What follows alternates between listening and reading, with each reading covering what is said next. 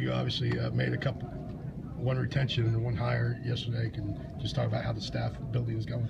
Yeah, staff's coming together. We were able to retain Coach Antoine Petway, and he's been doing a great job. And out there every day, just trying to recruit and making calls, and he's got a really good pulse on what's happening around the state of Alabama, and he's helped me just with my own transition here. And we hired Coach Bob Simon from Providence. That we're really excited about Bob. He was the second in charge behind Coach Ed Cooley at Providence. He did such a tremendous job with recruiting and talent assessment and helping with the schedule, which is for us, our schedules is incomplete now, especially our kind of pre-conference schedule. So he's good with details, and he's just a terrific basketball coach, excuse me, if I can get it out, and a lifer. So we're excited about him and his family, Donna, his wife, his daughter Bobby, and his son Devin. So we're happy to get his whole family on board here with the Crimson Tide. Is that important to get kind of a college lifer on your first staff here? Yeah, when Coach Battle and I met and I interviewed for this job, we talked about how my staff's going to look, and basically Bob fit the criteria of that particular spot on my staff. And hopefully in the next coming days or week, I'll have another announcement for another coach that's going to be the assistant head coach. But getting Daison Ingram to commit again, sign again, how big was that? Well, it was big because when he decommitted, then basically, we were competing with every school in the country that wanted him. And the more and more I watched video on him, I was just convinced that we needed to try to get him to recommit.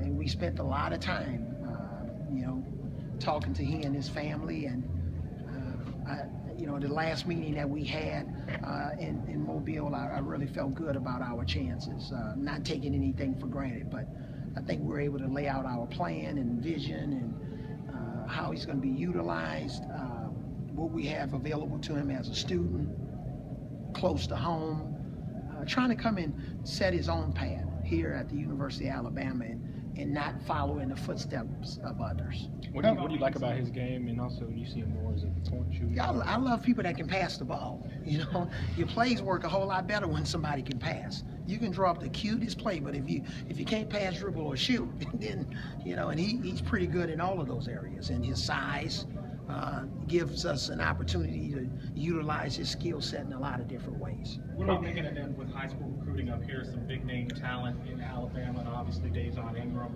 was big for the program. Just kind of talk about what you've seen in the North Alabama area. We can't mention any names, but some very talented young players. And in my press conference, I talked about how important retaining a lot of the quality elite players in the state's going to be for us. And we love the talent in the state. I think it's very plentiful, and we have our eyes on some guys, and we'll see where it goes. But a lot of the young players that are in the 2016, 2017 class are guys that we have our eyes on that maybe would have told the University of Alabama no years ago.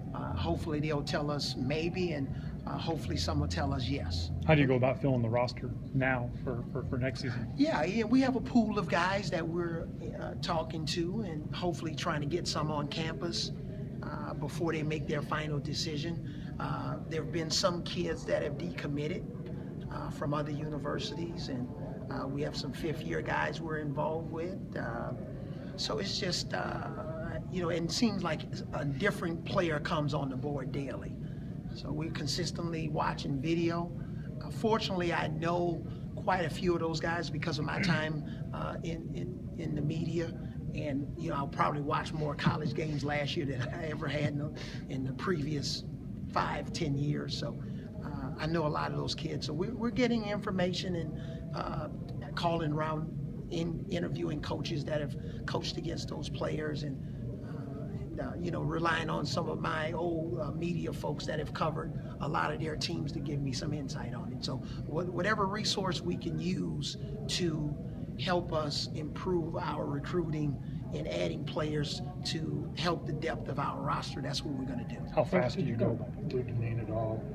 Excuse me? Did you know Lou Deneen before you came to Tuscaloosa? No, I didn't know him at all. The decision to retain him based on what you've seen since you've been. Yeah, I didn't know him at all, but again, a lot of his contemporaries at other schools, obviously I called a guy at A&M who knows him, well, and was able to talk to him about him and use that as a resource, and just called around, and then I had a chance to interview him myself. I had a chance to see him at work with our players, and I thought, his energy level, his intellect, and him being open to change about some of the new ideas that I'm bringing to the table, he was very receptive to it. So it made all the sense in the world to retain him. Has there been any part of this your first couple weeks here that's in college that surprised you, or maybe didn't quite expect, or any kind of challenges that you've kind of opened your eyes a little bit? Yes.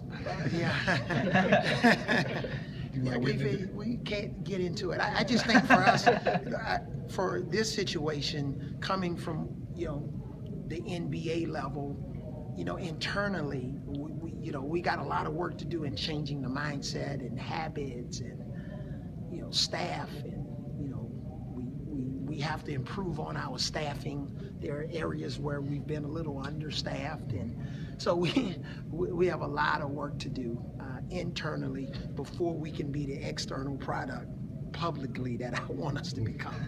Do you have a relationship with Bruce Pearl, and if so, how has that changed at all since you've been hired? Well, I don't have a relationship with Bruce, but I ran into him on the recruiting trail and in New Orleans, and we had a chance to spend a few minutes together talking about both of our programs, and hopefully they'll become programs that the state of Alabama can really be proud of, and hopefully we're going to be battling a lot for a lot of the same players, and it's just a matter of which ones we can get to the finish line quicker than Auburn, and not only Auburn, but a lot of the other programs that have been getting players from this state and all over the country for years.